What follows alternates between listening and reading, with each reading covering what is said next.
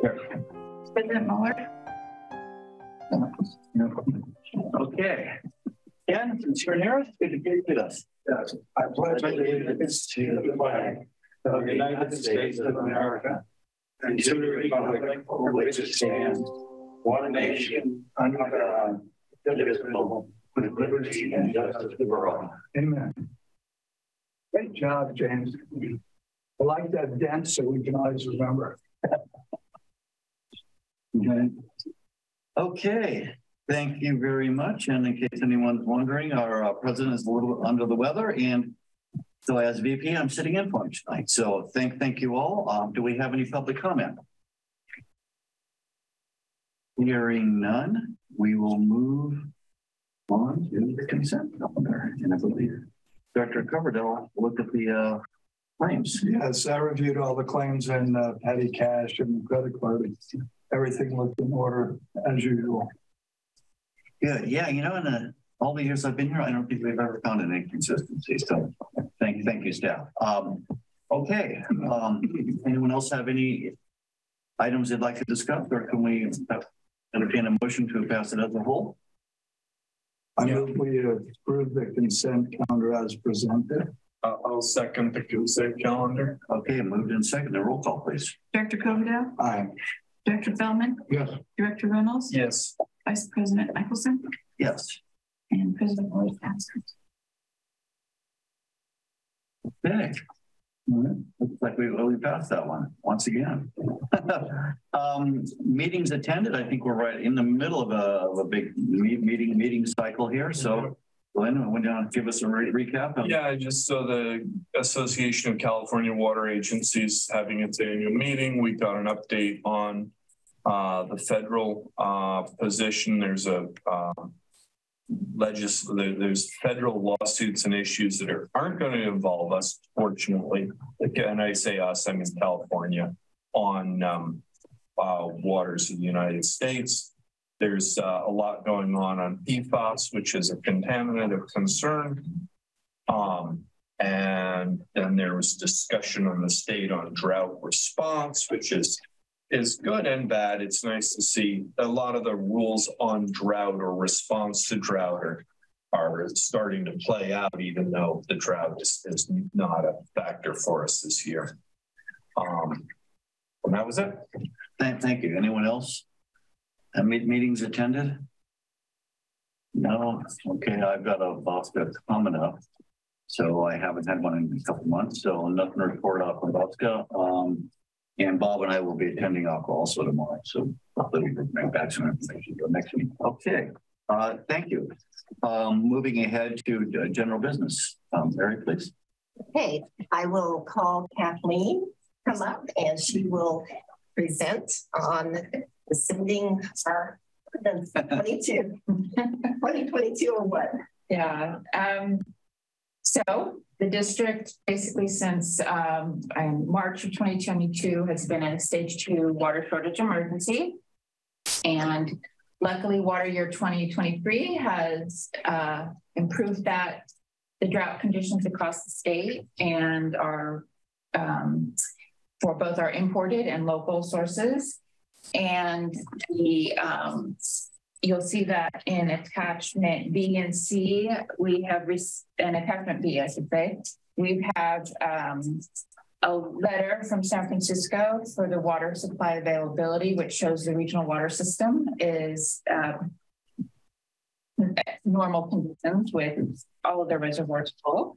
And then we also, in attachment C, show that San Francisco, or SFPUC, has rescinded their drought emergency. So staff is recommending that we rescind ordinance number 2022-01 by adopting ordinance 2023-01. And that is, the ordinance is attachment A to the staff report. So there is a slight twist to it. There are regulations still in place by the State Water Resources Control Board, the emergency conservation regulations, They have not rescinded those and they have not expired. They're due to expire, I think, on June 10th. And these emergency regulations require water agencies to maintain their level 2 water shortage emergency actions in their water shortage contingency plan. So what staff is asking the board to do is to adopt the ordinance that will allow us to rescind our drought ordinance effective immediately upon the expiration or termination of the State Water Resources Control Board's emergency conservation regulations. So that is what we're asking. So as soon as they expire or the board takes action and terminates them, we can be done with our stage 2 water shortage contingency plan.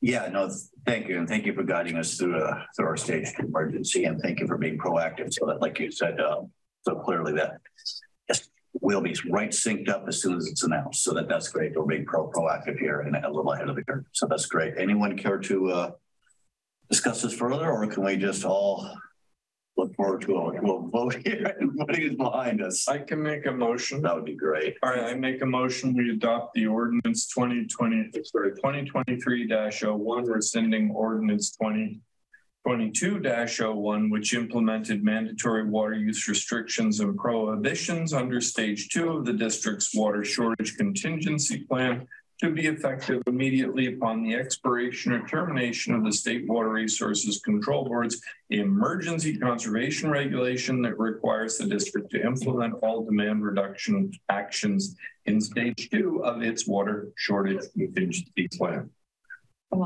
That's all. We're back in that. Thank you. It's a lot easier. Yeah. Oh, let's take that to a vote, please. Okay, Director Coverdale. Aye. Director Feldman. Yes. Director Reynolds. Aye. Vice President Michelson. Yes. President Miller is absent. So June 10th. Yeah, What happens? they expire. The current emergency regulations expire. Does this automatically happen? We have to do something on June 14th at our board meeting. No, it'll automatically happen if you pass. How do we then let people know? Take an extra long shower. Yeah. So no. How does the board get out? The word would get it. We'd have to do outreach. So we could do outreach to our customers. I'm sure the media, statewide media, will. Okay. You should be ready to do some outreach as soon as it expires, basically. Yeah. But you don't need us to do that. You just. Yeah. Okay, fine. You just did it. We did it. Thank you. Awesome. Good job. Go for it. Keep our preaching. Okay. Item B, Mary.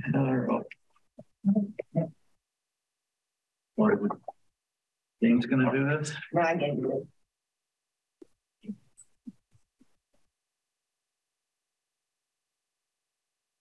Okay.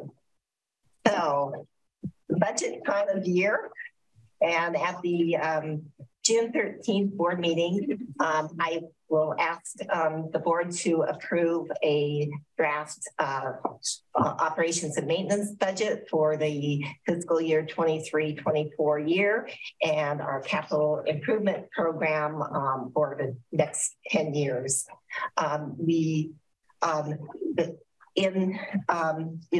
Tonight we're just doing a brief overview. And I will say that we met, the facilities committee met on the CIP, and the finance committee met on both the O&M budget and the CIP, and how and the impacts to our financial plans. So just a brief summary of the operations and maintenance budget. The one issue with this budget is that we have seen reduced sales. And so we are going to likely end our fiscal year in June with around 470 million gallons sold. And I showed, I showed this slide last month, but this is, shows the impact of our sales and how, and where we're at after over 10 years. And, we've never seen such low sales. So what we're doing, we're going to see some recovery next year, and then we're going to, and then we're looking to greater recovery in the following year. So it is something that is, we're ramping up our recovery. So with that, we're planning right now 506 million gallons. Which the revenue actually includes the 6% rate increase that's effective in January of 2024 that you approved last December. In terms of the it's so at this point. With the, we have a, bump up and a little bump up in revenue, but with the, last year we planned 550 million gallons. So we're going to be close to our budget from last year. We have a little bump up with our county taxes and property taxes and ERAF. So at this time, I'm just projecting kind of, flat to what we budgeted last year. In terms of our operating expenses, we are, we're showing about a $400,000 increase in our operating expenses, or a 4% increase. These expenses include actually a 9.6% increase in SFPUC water rates. But, we're managing to, looking at it, be fairly flat in our estimates because we're, forecasting that we're going to have more access to our local sources. Mary, as we are seeing less water sales, which reduce our income, where's SFPUC? Are they going to need to raise their rates out of schedule because of less water sales for them? Well, supposedly their projections have accounted for recent projections in water sales. So we'll see. At this point, after this upcoming year, they show flat for the next 3 years or so. But it is something that we have to watch closely, and also in terms of we've used up what they call the balancing account, which there was like a pot of money that made up for less sales or less, and we're able to, we've been able to have fairly low increases in recent years because of this balancing account. Except, although I will say this past year in January, we had a 15% increase from SFPUC, or last July, we had a 15% increase. So we have a 15% increase last July and a 10% increase this July, and then it should be flat for a few years, but not sure. That's a lot of increase. Yeah, it's a lot of increase, and what we're managing to with our budget. So we're hoping that we can we'll be able to use our local sources this year, and it's looking pretty good with all the rain that we've had. We did see a decrease in the BOSCA bond surcharge. We have a savings of roughly $70,000, which is great.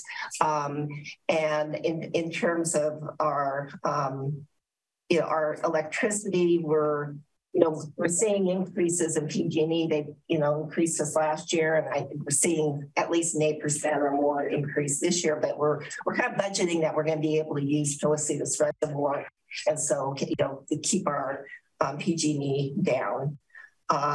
Other increases, we have a COLA of 4.9%. We do have some step increases for some of our staff, and promotions. So our increases are a little higher. The one thing we did include a placeholder for potentially a maintenance worker to hire mid-year, as we're looking at potential retirements in the next few years of key operations staff. So if assuming, we're talking from the finance committee perspective, assuming that we have some good upside in our revenue, maybe perhaps upside in our revenue, we'll see about, making that decision mid-year. The other increases are largely inflationary. We did, but we're working with this. One of the things we just found out this week that our medical insurance is going up at least 10%. But we've had a change in mix of how our staff uses medical insurance, so it didn't really impact us in the budget. But we're seeing increases in costs across the board, like any other. So I think, all in all, I think despite the lower revenue, we're not in that, we're not in that bad a shape with our budget. We will have, if we make this one, we'll have, about $300,000 less contribution to our CIP and reserves. Okay, thank you. Does anyone else? Various subcommittees have? Well, the finance committee met and discussed this in some detail with Mary and went over the numbers and on the strategy and the assumptions.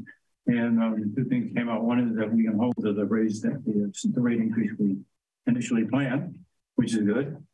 For next year, we don't have to do that. And number two, we're happy that the fact that rates never had to be put into play were also a very positive factor for us, even though we had the lowered use that we've seen, we were still able to get by based on how we planned. So that, to me, that's really a kudos to the staff and to the general manager for keeping that under control for us. Well, I think, a lot of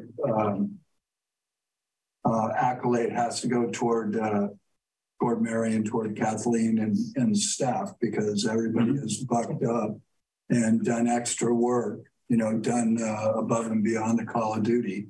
And James, of course, and instead of increasing staff. So, it'd be really nice. I know that Mary could use help, in my opinion. I think Kathleen could use help. I'm sure that James would love to have a little more help. And, but everybody stepped up and not requested. I don't think that that's necessarily how it's going to go. But, we are in the water business. I mean, we need to sell water. And so people don't like to hear that because we're a public agency. But, my hope is that people look out there and they decide to update lots of stuff and improve lots of things that use water in the drought, so that now's a great time. We've got too much water. So get them ready. And then when the next drought hits, maybe we'll be, that much more prepared in managing the water that we, spill in our environment a little more carefully. So I think it's great. I was really surprised that we weren't lower in terms of, expenses. I mean, lower in terms of income versus expense. I really thought it would be, we'd take a lot more of a hit. And assuming that the restrictions are lifted, I think Bastille Day this year ought to be free to water. Okay, thank you, Glenn. You want to report anything out from facilities side? Yeah, so the facilities committee met and went over the 10-year plan for maintaining our infrastructure in a proactive. We've learned the hard way that it's much more cost effective to maintain the stuff before it breaks. And what we're doing is maximizing its service life and then replacing it. And I think we're managing multiple projects. We're managing more projects per year than we used to, and they're being managed in innovative and fiscally responsible ways. So I'm really pleased to see us looking so aggressively at it and doing such a good job. And I think a 10-year budget window is very realistic and makes us a better managed utility than the alternative. So, yeah, thumbs up. Yeah, as the other half of the facilities, I couldn't be more proud of our transparency here in that we have a 10-year CIP readily available for the public to scrutinize where your money is going. And we are very, very public about it. And like Glenn said, very proactive, fix it before it breaks. And that's been our MO here, and that will continue to be our MO as laid out in our 10-year CIP. So I'm super, super proud of that. Thank you. Then moving on to Ernie. Yeah, who knows? Does anyone know Ernie? No. So this is an item that President Mueller added to the agenda. So he would like us to consider adopting a resolution to nominate Ernesto Vila of Contra Costa Water District to be the Aqua Vice President. Today, I do know that Mr. Avila sits on the Region 5 board. Region 5 crony. So shall I go ahead and make it? Yeah, no, I did read his bio, and he is highly qualified. Yeah. So I make a motion that we adopt resolution 2023-05 to board nomination of Ernesto A. Avila of Contra Costa Water District to Association of California Water Agencies Aqua Vice President. Second. Yeah, hopefully, Bob and I, have you ever met him? No. No, we'll look for him. And John Weasley had nominated. We'll look for him, and John, again, super highly qualified, but we'll look for Ernie tomorrow. Vote, please. Director Coverdale? Aye. Director Feldman? Yes. Director Reynolds? Yes. Vice President Michelson? Yes. And President Mueller's absent. Do we even need to discuss the next one? Just make a motion. Yeah, we know this guy. So yeah, we could go, you know, let's go straight to a motion. That'd be great. All right, I'll make a motion that we approve resolution 2023-06, placing in nomination John Mueller as member of the Association of California Water Agencies Region 5 Board of Directors. Second. He's now on the board. He's on the Region 5 board, and this is essentially a continuation of his service for another term because he only had 5. Thank you for pointing that out. Yeah, he's already there. I mean, this is sort of just to carry forward what he's already started to accomplish. Great. No, I was just going to hand it over to you. Director Coverdale? Aye. Director Feldman? Yes. Director Reynolds? Yes. Vice President Michelson? Yes. And President Mueller is absent. Okay. James, please. News update number 21. Yeah. I tell you, 21 months. Looking at the completion date, we still have a few more ahead of us. We do. So I'll be quick, but we've got filter 4 gutted and recoated, and it's ready for under drains. It looks beautiful. We'll have you guys out when you guys aren't so busy, maybe next month to see. So they're moving along with that. The valves are in for filter 4. We're missing a few valves. We're still missing the VFD and the slide gate, but they are telling us that they are close. So hopefully I will be telling you about that at the next meeting that they're in. We switched to a Toshiba VFD due to procurement issues.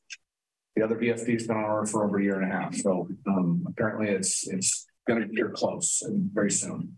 So if you don't mind going through the slides, Mary, I don't know if you can. Yeah, I can keep talking. I was just going to talk through the pictures a little bit. They're basically, they finished the coating on filter 4, like I mentioned, ready for under drains. They've also, we just go to the pictures. That's right. Or too much. So here you'll see, this is the tent before they blasted and coated filter 4.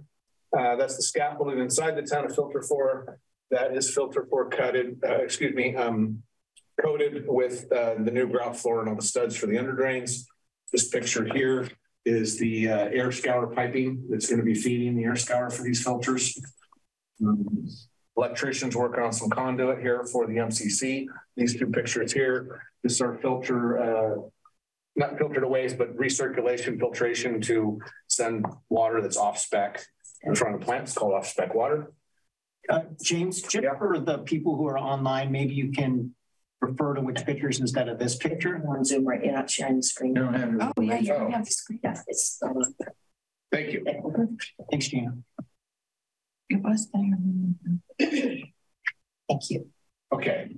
Top left, I'll start over. And you top left picture of the tent before they blasted and coated the filter core. The next picture on the right on the top row is the scaffolding that went inside for the blasting and the coating. And then the third picture on the top right is the coated filter core. Then the last picture on the right, this is the air scour piping. And this middle row on the left, electricians working on the electrical.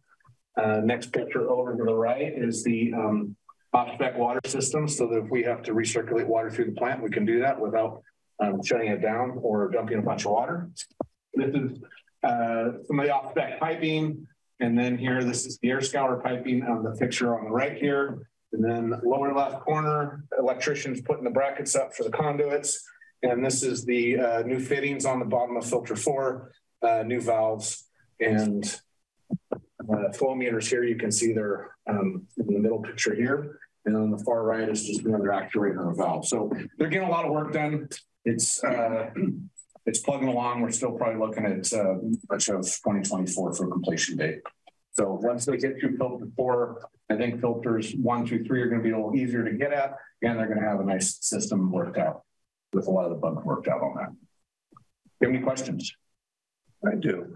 So I was blindsided last week when I ordered replacement media for a filter and couldn't get it.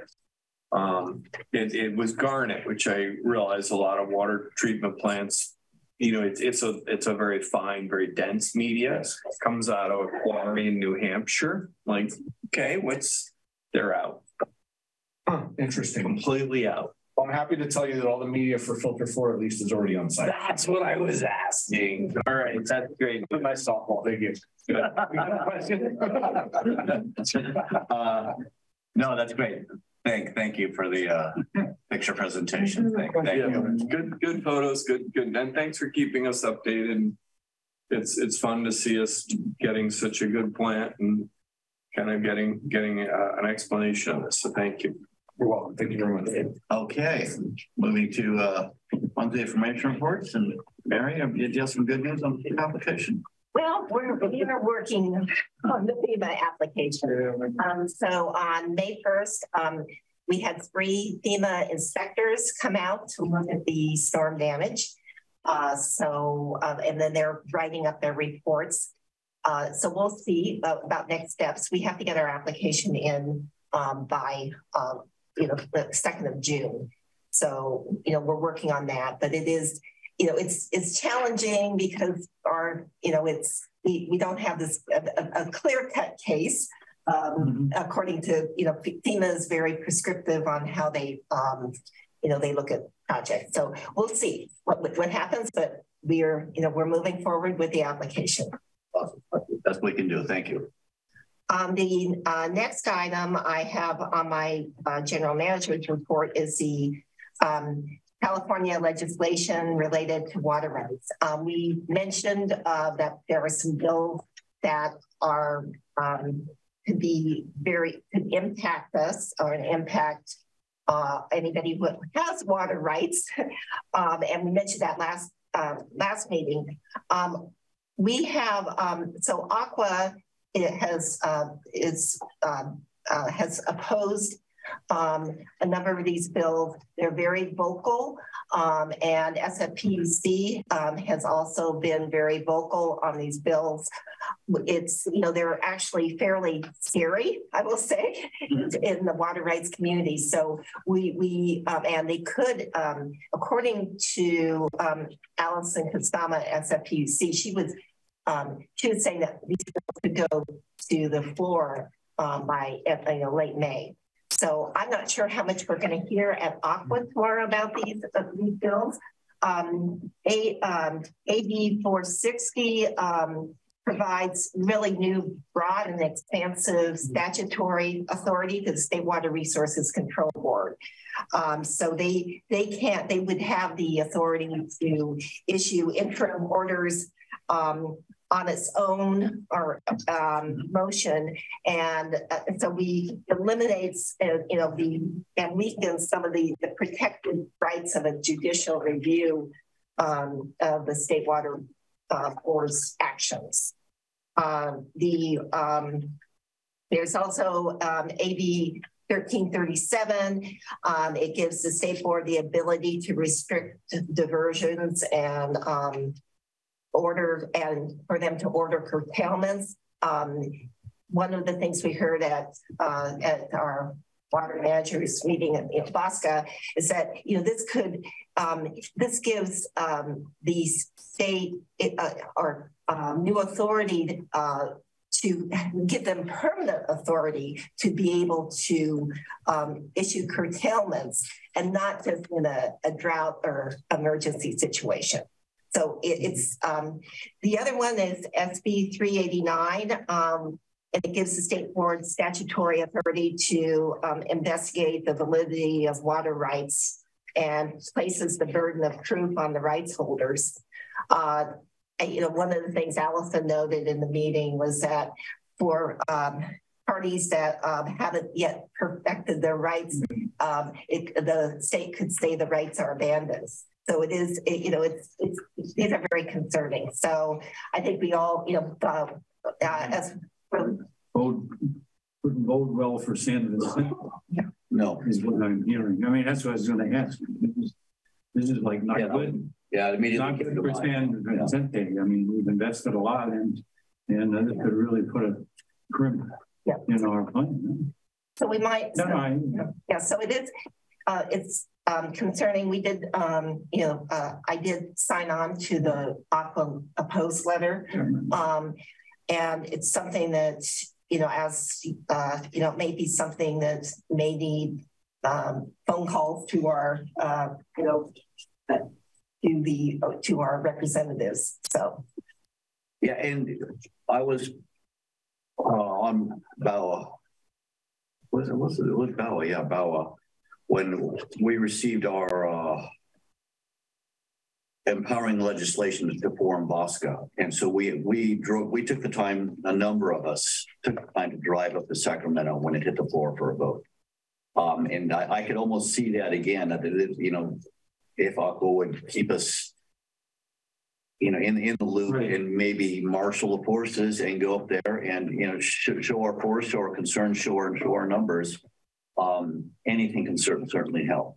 That there is some real clear opposition here, and the impacts could be really, really onerous on the districts as a whole. I mean, and the average person, they don't take the time to read it. But those of us, entrusted to run water districts are really, really concerned.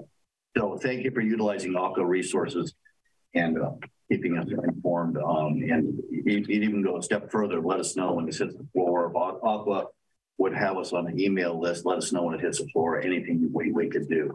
To keep this from becoming a law of the land. Because I think they kind of like curtailment, like you said, during a drought emergency, curtailment suddenly reared its head, and I think they're loath to give it up. So this could empower permanent curtailment, and that should be a concern to everybody. So thank you. Yeah. The disappointing thing is they went on a committee into they were all passed in committee. That's what we thought should happen. To see that. So it's gone to the legislature. That's even more concerning. So we'll see. So thank you. The last item, I just to give an update on the AGM position. The recruitment process hasn't gone very well. Although I know I have spoken with a couple people, but I actually did talk to the recruiter today, and one of the concerns is they're willing to work with me, and I haven't yet talked to our HR committee again, but we're thinking with we need a title change because we attracted we didn't really attract the people who had the administrative background, so we'd like to potentially call it assistant general manager, administrative services. And it's similar to what happened when I came in. It wasn't, we had administration connected with assistant general manager. So they're willing to try it again to get more candidates in. So I would, like to proceed with that for the time being, and then see, how we move forward. Yeah, we had the HR committee met with Mary and discussed, and the response was interesting and not really on point with the requirements. And so we chatted, and this new strategy seems to be a better approach. And the fact that they have stepped up to help them move forward on this again, to me is a positive sign, because up to that point, they hadn't shown their spunk. So at least they've taken that to heart, and will be supporting you to do that. That's good. That's good news. Thank you, and thank you to the HR committee for helping shepherd this through, because we all know we can use a little help here. I know we're getting overwhelming, our GM. Thank you. James, you have a little more to report to us? Just the monthly highlights. I've been running Denniston, started in April. Ham radio classes. We've got the amateur ham radio club in here. Great group of people. They do it all volunteers. We've got a couple of people from the city, someone from Purissima, and about 9 volunteer staff. So we will be taking the exam next week, and we will be trained amateur ham radio operators. We as a business can only operate those radios in an emergency, but it's going to come in handy if we ever need it. So it's one of those things. You hope you don't need it, but if you do, you got it. So, and we're also working with our radio vendor on selecting some radios that are going to break when we drop them. So yeah, so I remember the ham radio is being pretty large. I would imagine now they've down to a handheld unit. Little analog handhelds. Mine's tiny. Okay. It's like smaller than my cell phone in size, and it's this thick, and okay. Yeah, it's a tiny little thing. Yeah, no, in time of emergency, we do become an island over here, so that'd be great. Yeah, so it's been nice. They're nice community members, and they're really been helping us a lot. They're very passionate about it.